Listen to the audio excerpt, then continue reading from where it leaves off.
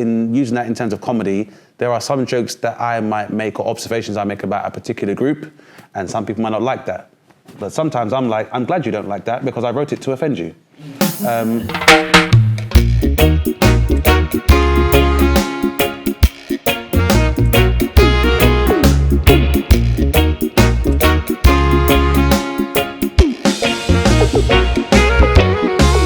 Welcome to Black Minds Matter UK Roundtable.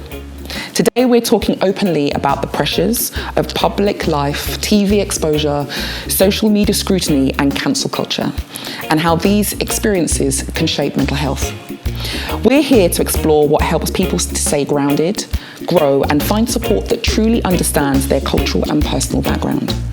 Thank you so much to all of our guests here today for sharing their perspective. Let's begin.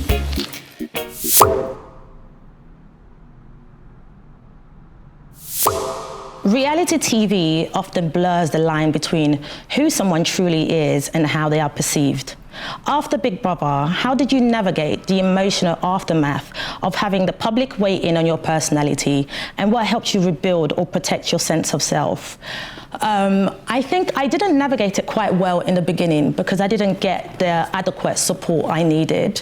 I think I needed support from people who were culturally competent and culturally understood where I'm coming from and my actual culture and the history and I guess my whole story. And I guess the support I had at the time, they didn't care about that. They cared more about how they are perceived, I guess, as a broadcaster.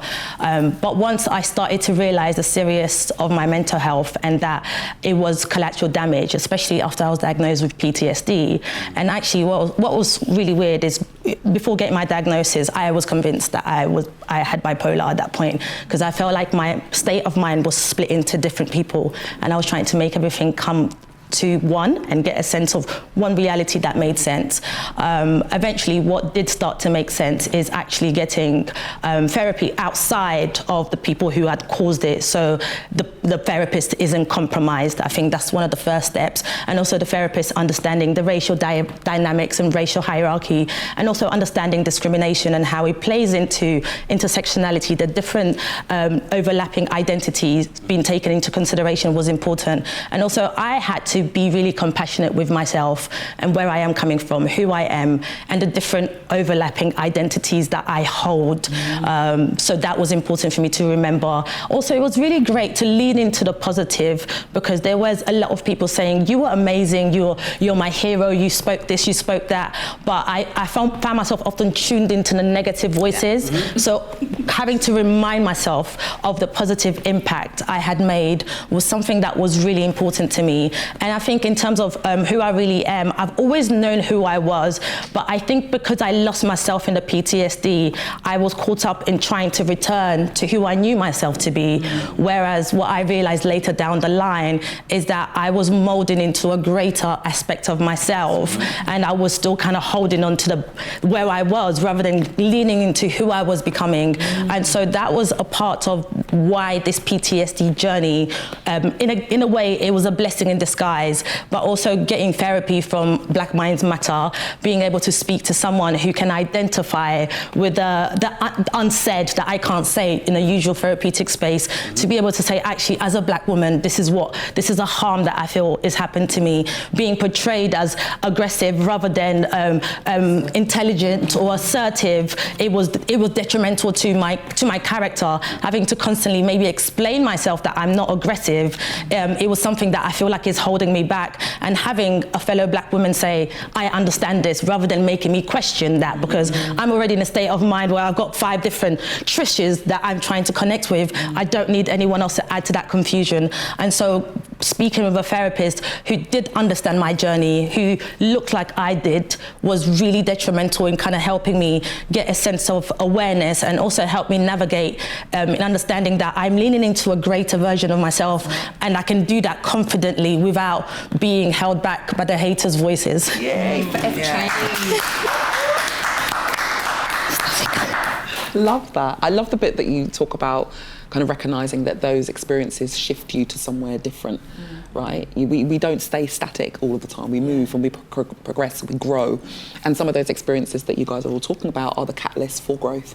So it's really, really great to hear that, you know, you've recognised that shift into your next step. With that hindsight, would you be more inclined to try and maybe seek the therapy beforehand? Or do you find like that something like Big Brother, which historically was supposed to be like a psychological experiment, was enough of like a jump start to kind of seek the required help? I want to be clear, I've had therapy before this, like I've had a effed up life and I've had therapy before this, so it wasn't a new stage for me, and I've always been open to therapy. And also at some point, I was also training to be a cognitive behavior therapist, and I'm also kind of clued up on social issues and whatnot, so I've always been open to it. But I think an experience like that would always push you back into therapy, because a lot of what happens is out of your control. And I think it's the losing control that made me split into different versions of myself and feeling like I had to cling on to the past self because that's who I knew best. But I think it did allow me to realize that I needed therapy that is culturally competent. That was the first time I said, okay, this is bigger than me. I cannot just speak to people about how I'm feeling without actually mentioning that I am a black woman. I'm also Congolese. I came in here as an immigrant. I've also got ADHD. I've been diagnosed late. I'm the firstborn child in an African family, and I'm a first daughter. So there's so many pressures that contributed to also triggering everything else that society put down. Looking back to the Congo, sorry, Chizzy, just look back to Congo and seeing like the state of that as a nation, I think it's crazy that people don't even think about how that can affect you, even when you're not having that much close proximity to it, but still, you know, that's still reflective of yourself. I think it's a lack of care, and I think this is where self-compassion comes back in remembering I'm not just a black woman who people met on reality TV. I was somebody before that. I had experiences that built up who I was before that, and I had to take that into consideration, how this also impacts Trish, who has PTSD now. In order to heal the now Trish, I need to go back there and explore, because there are things there that I took here with me, and if I want to get into the future Trish, I'm going to have to deal with that, because those experiences are never going to go away. But if I want to move forward, how do I take that with me in a healthy way, in a way that helps me expand as a person? Process. Love that. Everything Thank you so much. I have to. I'm sorry, I have to. I'm just going to do it. Everything you just said is so, on one hand, so on the ball. It's like looking in a mirror, but on the other hand, yet so unbelievably foreign to me. So unbelievably foreign to me. And let me explain quickly, because I'm 35, right? My two older brothers, Northern Ireland, housing estate, Protestant, red, white and blue through and through. Only family in the 90s that grew up within a 2, 3, 4, 5 mile radius of that city. And then having gone through a lot of the same sort of journey, same like PTSD and things like that, and the identity crisis that comes with that, but then also being gay. And I grew up in church, so I never missed Sunday school until I was like 17, and you know, having that grapple with the church and religion and being gay, but I'm brown, but I'm not brown because I'm white, because I live in Northern Ireland and da-da-da-da-da. Like, you sound like you know exactly who you are, and you've known exactly who you are at each and every single point, which sounds so familiar to me. But then, on the other side of that, I've had, and probably still going through, such an identity crisis where I don't know who I am. I don't even know what colour I am. Am I Protestant? Am I Catholic? I have friends from everywhere. Who do I hang out with? Who do I make friends with? Which school do I go to? Which high school do I go to? Am I gay? Do I go back to church? Do I leave the church?